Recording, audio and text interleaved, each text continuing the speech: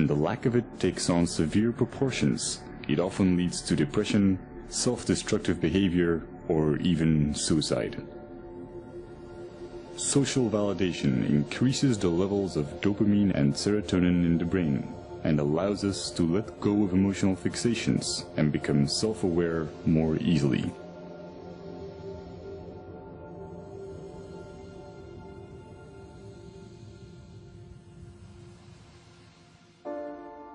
So this is basically what depression is all about. If you are suffering from any form of depression, you see something wrong in the world, you can't communicate the problem, or others are not listening to you. They're not really understanding what you're going through. There's a good chance you're replaying the same event over and over and over in your mind. You have a neural net that has a belief system that's attached to all of your other belief systems that are saying, this is wrong, this is wrong, this is wrong. And as we're starting to see this whole global depression coming, those that have suffered from depression kind of seen this coming subconsciously. You've seen something wrong. But when you go and share your story with the rest of the world, they just, oh, get over it, or be stronger, be tougher, or accept and allow. I say a lot of accept and allow only to find answers. But if you're just going to accept and allow and just deal with shit, cope and deal seems to be what our medical world, psychology world says. Anytime you do speak with a counselor or a psychologist, they'll try and analyze the rules that you're using, and they will manipulate you to just cope and deal and find a better way. Just ignore that problem and move forward with something. And those that cannot be cured from depression cannot be fooled by this type of manipulation.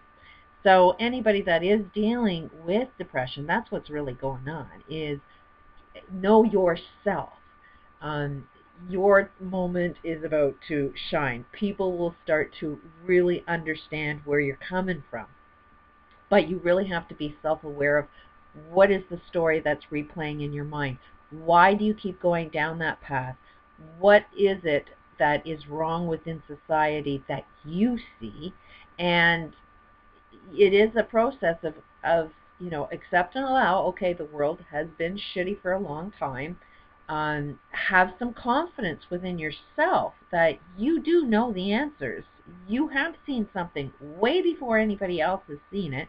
You may not have the communication skills, the awareness to be able to communicate and get understanding from society. But it's that lack of understanding that creates the depression, almost to the point. It's so painful. If you're not accepted by society, you do want to just die. And a lot of people are saying, we should be able to just, allow people to die if they're in that much pain. And I'm like, no, that would be death. That would be killing somebody. I'd rather cure the problem. What is so severe that has you in so much pain? Because you have the answer. You have the global answer. Generally, anybody that's dealing with depression sees something within our universe that's wrong, and society that we are now seeing isn't quite right, does not want to accept. So they are more valuable alive than dead. And whether it's even killing, and I think that's wrong, it's the lack of understanding society has that we need to have with people that are depressed. Now that we're going to see this global depression economically, it will affect our emotions to be depressed. We all have this massive death wish and we don't even know it. We all would rather die than deal with this life experience, because we're not understanding the life experience. We don't know how to live. All of our rules, all of our life society, all of these laws, how we govern ourselves, everything about life is totally wrong. We need to be giving some love, some understanding, some compassion to those who are depressed, because they've got a very important message. If they start being centered with self, start being more self-aware. I find this within myself that when I crashed and burned, the biggest pain is society not understanding me, to the point where I'd rather die. That's what addiction is. Addictions, whether it's drugs or alcohol or cigarettes, anything you are doing that does harm to your body subconsciously, is your wish to die. You'd rather die than live in this experience. But it's our understanding of how do you live that will get rid of the addiction. You won't even have the thought to want to kill yourself. All of your habits that end up killing you will just magically go away. This is why I'm against AA or most addiction type rehab centers, is they want you to accept that society is wrong, cope and deal with it. AA is one that has to say, yeah, I got a problem, I got an addiction, I don't know quite what it is, and you perpetuate the problem all the time. You're just not going to use the drug that's obvious, that's not accepted by society, but still have the problem that you're never going to transform. So it is a matter of being self-aware of, okay, what is the cause? Everything is causal.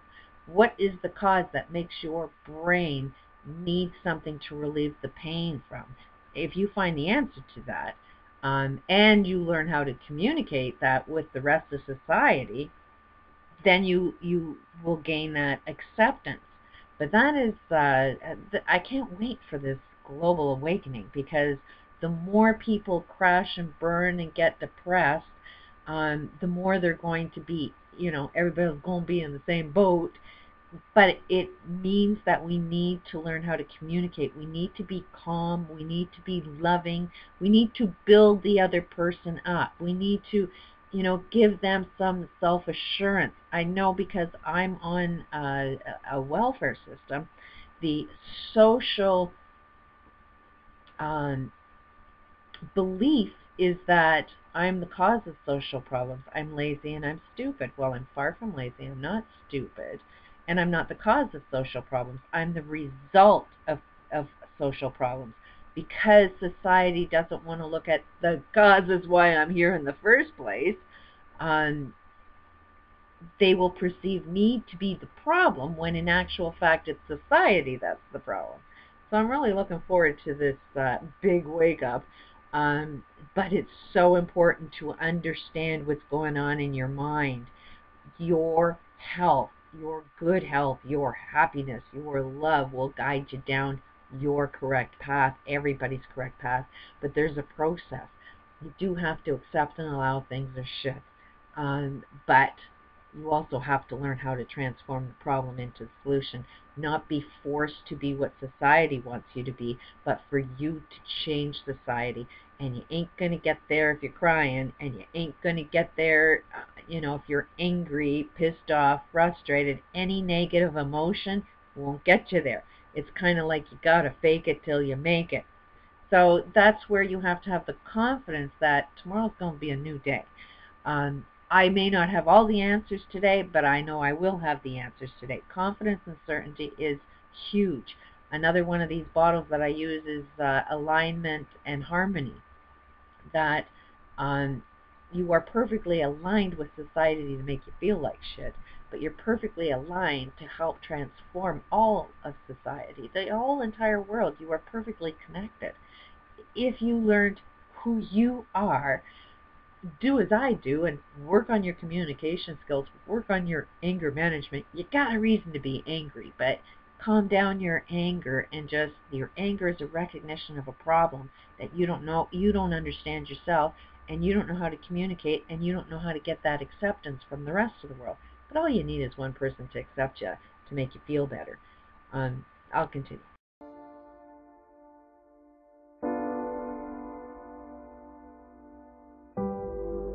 Social psychology often looks at the basic human need to fit in and calls this the normative social influence.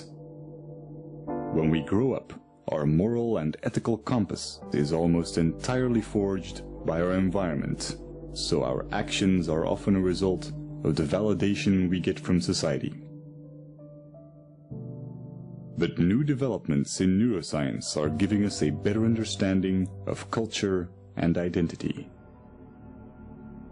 Recent neurological research has confirmed the existence of empathetic mirror neurons.